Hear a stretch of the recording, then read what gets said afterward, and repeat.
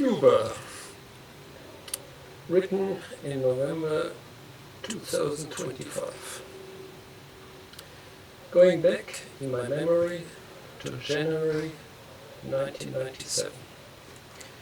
We, which is the company I work for, insure a Greek owner of elderly bulk carriers.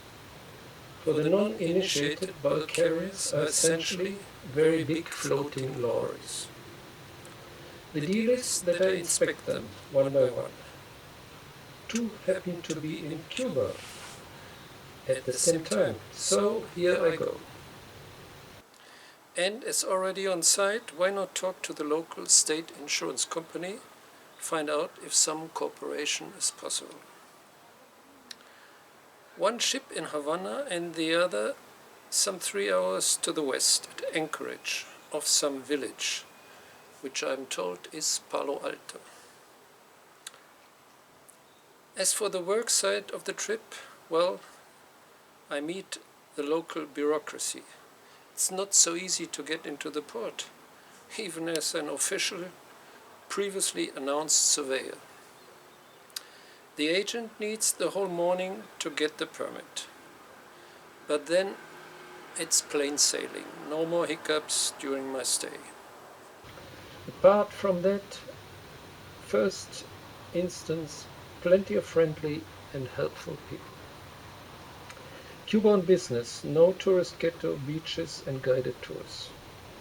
Once the inspections or meetings are over, I'm on my own, exploring the place, Spanish speaking helps. Well, let's have a look at some pictures. Yes, here we go for some pictures. Well, that's actually the bay where the vessel I was to inspect was anchored. Really nothing much going on there. And here it is, Attica it's called. We went there on a small boat. And this is Manuel, the guy who took me on the ride in this car there where you see the open door. Very nice guy. Well, the skyline, if you want, from famous Malecon. And as you see, there is more or less cloudy and big waves right on the Malecon there breaking. Well, just walking about, lots of buses waiting. And here some street market and also some cafe where you can sit outside. Well, that's some sort of parliament, senate, I don't know exactly what. Just another street scene, but as you can see it's quiet, it's quiet.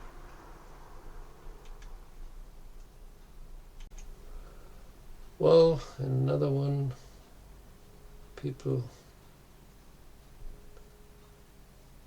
local people. And this was then on my day off, the Sunday, going with some sort of ferry to the other side of the Bahia, where there was a church with the Black Madonna. Here we've got the Black Madonna. Not many people in there actually. Well,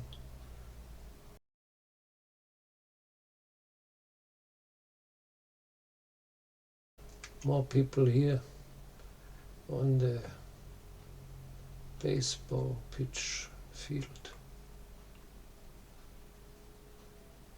Seems to be very popular in Cuba. And here, well, you cannot really distinguish very well, but it's some kind of fashion photographer taking the pictures of this lady, and the boys just watching. So long for the pictures. So, what more to say? About the political system, for instance. Not really a success story, I would say. Without dollars, you are in trouble. The normal peso buys very little.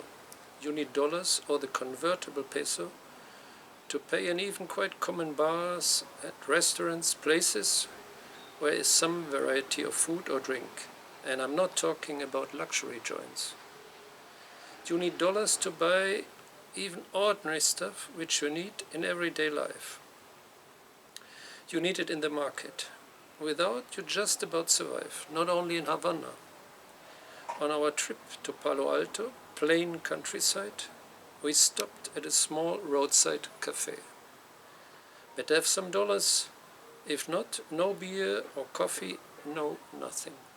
And definitely no tourists here, no city.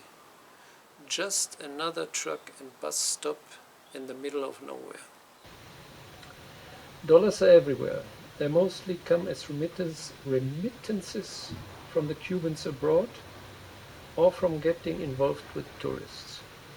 So, you have a taxi driver, I had a taxi driver, who in his first job is a doctor or a lecturer, university lecturer. Waitresses with a history degree and being school teachers when not serving your food. What really surprised me, delighted me, was that doesn't matter where and when and with whom you could and people would talk about everything except Fidel. The locals were open, informed, knew how to express themselves, obviously well educated, and did engage in discussions about the state of the country, the economy, their everyday life.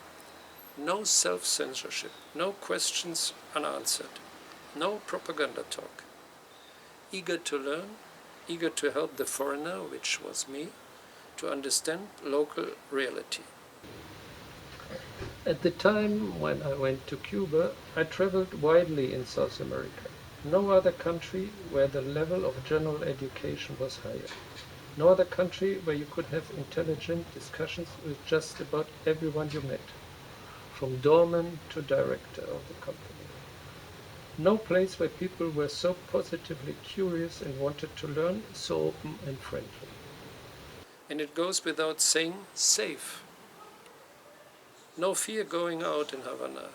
Yes, there are night stops where, of course, the willing dames and boys were keen to play the usual games. One other way to get hold of the mighty dollar. But nothing exaggerated. No comparison with Panama, for example, where going ashore at the entries of the canal can be risky for the inexperienced or unattentive. Well, you may get robbed and worse now. Here I'm talking about 1997 and a few days and only my own experience, my feelings. So as always, this is subjective and incomplete. It seemed to me that the political power had a sort of chip on the shoulder. If ever we let the people have some real economic freedom, we will become a US colony. Even a mild form of capitalism ends inevitably in the Wall Street version. I told the people I met that I live in France, a capitalist country, and sure no clone or slave of the Yankees. The people I talked to agreed. The power-possessing beings I did not meet do not know what they would have answered. The irony, in my opinion, was that with the dollar reign in the country, in Cuba, the island had entered into the worst kind of foreign dependence. And as for the socialist equality of all working citizens, this was certainly not the reality in the streets. There were two classes, the dollar haves and the dollar not haves, have-nots. And most of the haves were better off, not because they worked harder or were deserving communists, As said above, they lived well simply because they had family in Florida or Spain or another hard currency country. What a shame.